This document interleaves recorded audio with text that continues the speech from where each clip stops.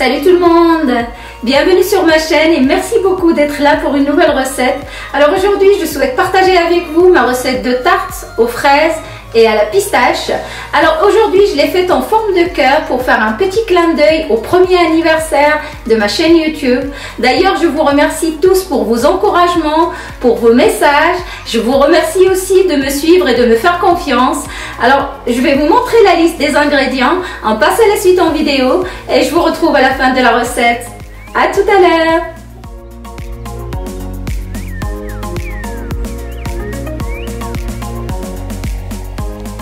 Dans un grand saladier, je vais commencer par préparer la pâte sablée. Pour ceci, je vais mettre d'abord les éléments secs, c'est-à-dire la farine, le sucre glace, la poudre de pistache et la petite pincée de sel.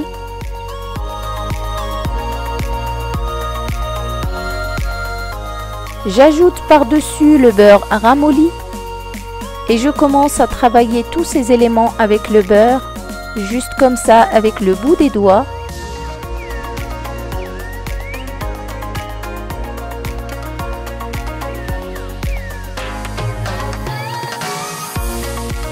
À la fin de ce travail, on obtient une texture poudreuse et friable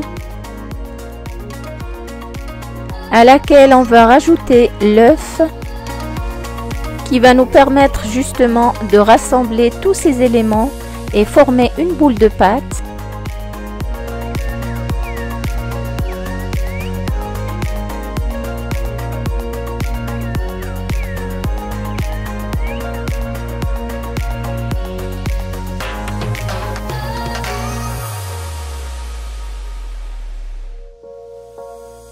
Ma pâte est prête. Je vais venir l'emballer dans un film alimentaire. Je l'aplatis légèrement pour faciliter le travail par la suite et je la mets au réfrigérateur pendant minimum 1 heure.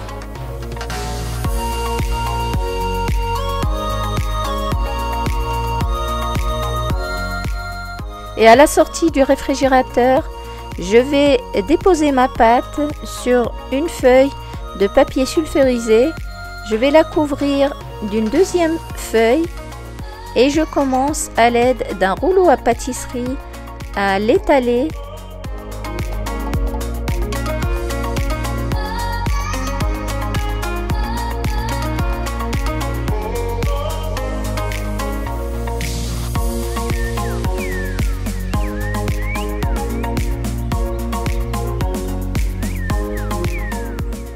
Je vais aplatir ma pâte jusqu'à ce que j'atteigne l'épaisseur de 3 mm. Pour ceci, je vais utiliser des baguettes qui font justement 3 mm d'épaisseur d'un côté et de l'autre. Et je fais rouler le rouleau à pâtisserie par-dessus. Ça permet justement d'avoir une pâte d'épaisseur régulière. Une fois que j'ai atteint la bonne épaisseur, je vais enlever la feuille de papier sulfurisé qu'il y a sur le dessus. Ensuite, je prends le cœur que j'ai choisi pour cette tarte. Vous pouvez très bien, si vous n'en avez pas, utiliser un cercle de diamètre 26. Je vais comme ceci faire rouler mon rouleau à pâtisserie par-dessus le cœur pour enlever l'excédent de pâte et garder simplement le fond de ma tarte. Avec l'excédent de pâte, je vais faire le même travail, c'est-à-dire remettre la pâte en boule. Si c'est nécessaire, je vais la remettre au frais. Sinon, je peux l'aplatir de la même manière et former justement les bords de ma tarte. Avant ceci, je vais d'abord prendre une plaque chemisée. Je vais déposer par-dessus le fond de ma tarte.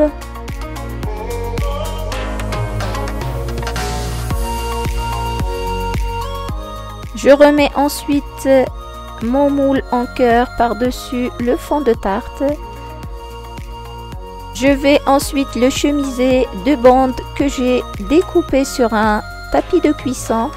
simplement pour avoir esthétiquement une jolie bordure de tarte.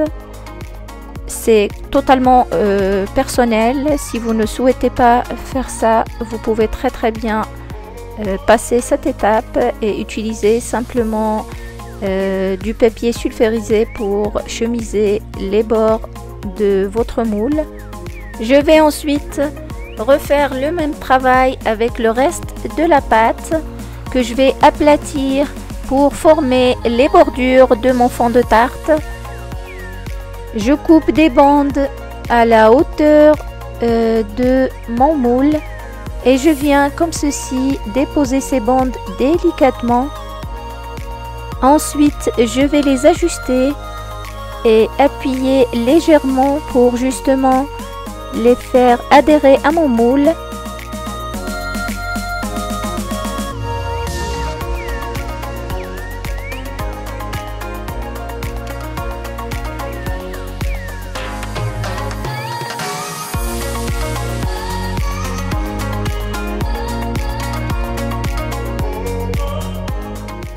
Ensuite, je vais prendre un couteau et avec le dos du couteau, je vais commencer comme ceci à enlever l'excédent de pâte sur la hauteur de ma tarte.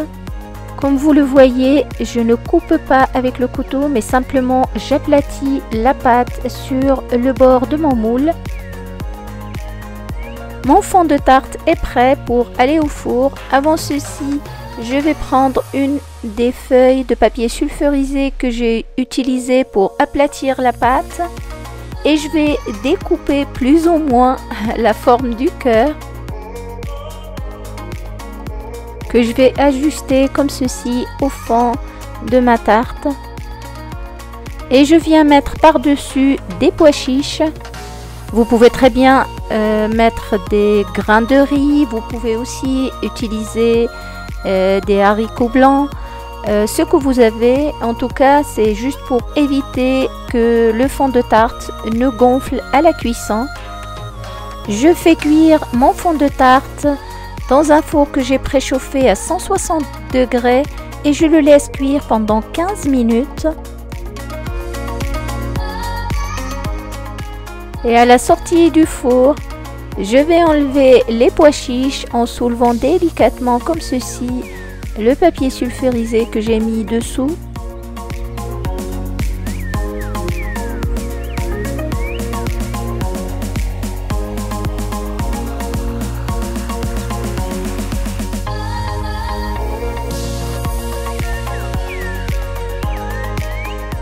Je vais ensuite passer à la dorure. Pour ceci, j'ai mélangé un jaune d'œuf avec une petite cuillère de crème liquide et à l'aide d'un pinceau, je vais badigeonner mon fond de tarte. Je vais le faire aussi bien de l'extérieur sur les bords que de l'intérieur. Ça me permet aussi d'avoir un fond de tarte imperméable qui n'absorbe pas l'humidité de la garniture que je vais mettre dedans.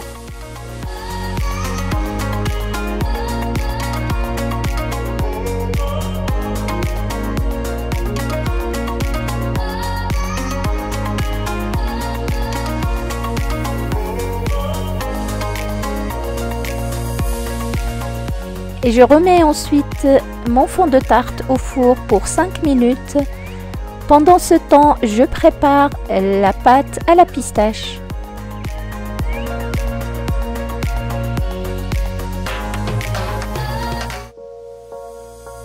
Dans un grand récipient, je vais mettre le sucre glace.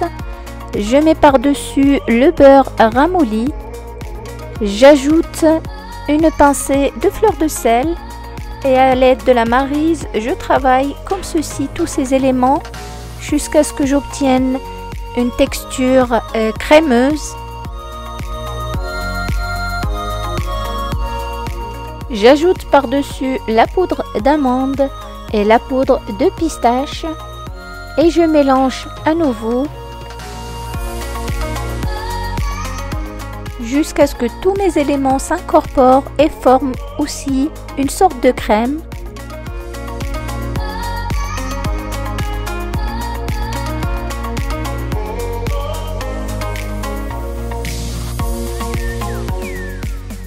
Je termine ensuite avec l'œuf entier et je mélange jusqu'à ce qu'il s'incorpore totalement à ma préparation. Voici ce que l'on doit obtenir, une sorte de crème à la pistache. Je la réserve dans une poche à douille et je sors mon fond de tarte du four. Et je viens comme ceci garnir le fond de tarte de crème de pistache.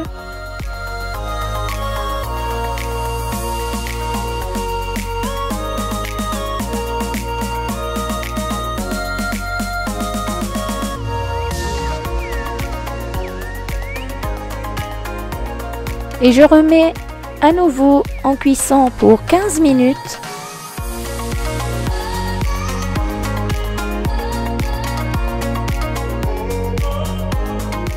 À la sortie du four, je vais mettre mon fond de tarte à refroidir sur une grille. Et je vous invite à suivre la liste des ingrédients qu'il nous faudra pour la crème mousseline.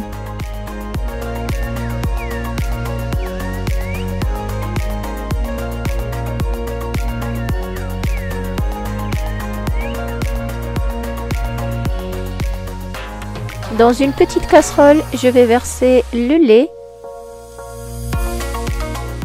J'ajoute par-dessus les 25 g de sucre semoule et l'extrait d'une gousse de vanille. Donc à l'aide d'un couteau, je vais fendre la gousse de vanille comme ceci, en deux, dans le sens de la longueur. Je vais écarter les bords au maximum. Et avec le dos du couteau, je vais venir extraire les graines noires qu'il y a à l'intérieur. Je les mets ensuite dans le lait et je mets la gousse de vanille avec pour avoir un maximum de parfum. Je mets ensuite la casserole sur un feu doux et je la retire des frémissements.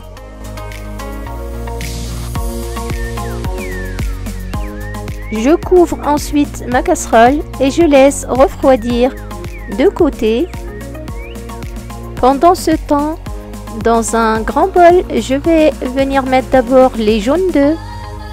J'ajoute par-dessus une petite pincée de fleur de sel. Et à l'aide d'un tamis, je vais ajouter le sucre glace et la fécule de maïs.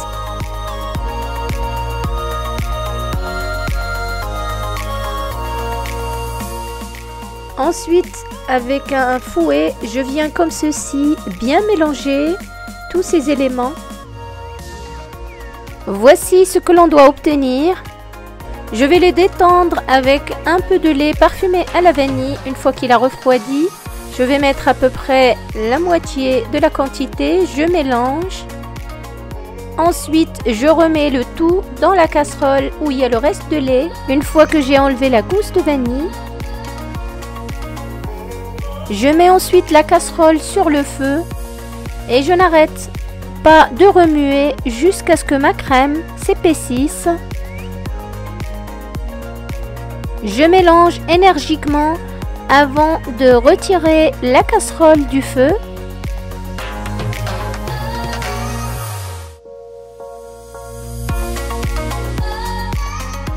Et avant que la crème ne refroidisse, j'ajoute le beurre. Et je mélange jusqu'à son incorporation totale. On obtient une crème très lisse et qui sent très bon d'ailleurs, que je vais verser dans un grand bol pour qu'elle refroidisse plus rapidement. Je la filme ensuite au contact pour pas qu'elle forme une croûte sur le dessus et je la laisse refroidir complètement. Une fois que ma crème a totalement refroidi, je vais venir la mettre dans la cuve de mon robot. Il est important pour cette étape que le beurre et la crème soient à la même température, c'est-à-dire température ambiante les deux. Je vais fouetter à vitesse moyenne, tendance forte. Et j'ajoute le beurre petit à petit, sans arrêter de fouetter. Et une fois que j'ai intégré tout le beurre, je vais fouetter à vitesse maximale pendant à peu près 3 minutes. J'obtiens à la fin une crème bien mousseuse et aérienne. Vous remarquerez aussi qu'elle a blanchi. Je vais la transférer dans une poche à douille et je garnis comme ceci mon fond de tarte.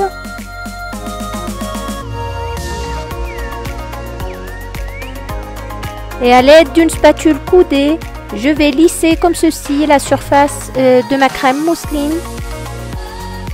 Je remets ensuite ma tarte au frais en attendant que je prépare les fraises. Pour ceci, je vais prendre mes fraises que j'ai bien lavées bien évidemment. Je vais les équeuter d'abord, ensuite je vais les couper comme ceci en deux.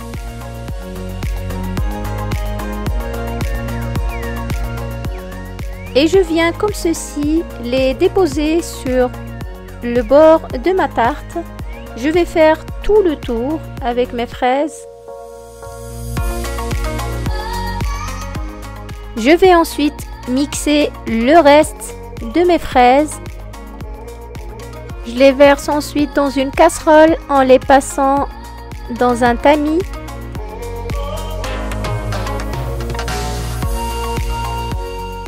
Je mets ensuite la casserole sur un feu doux et j'ajoute le sucre. Je mélange bien. J'ajoute ensuite l'agar-agar et je mélange à nouveau jusqu'à ce que l'agar-agar soit totalement dissous dans ma préparation à la fraise. Après ébullition, je vais garder ma casserole sur le feu sans arrêter de remuer. Je vais remuer quelques secondes avant de retirer la casserole du feu.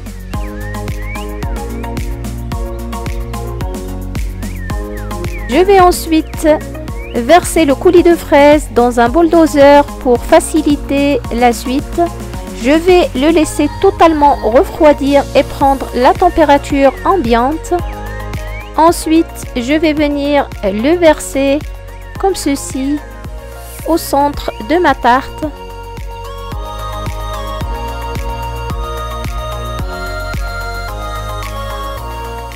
J'ajoute aussi comme ceci sur tout le bord de mes fraises des pistaches concassées.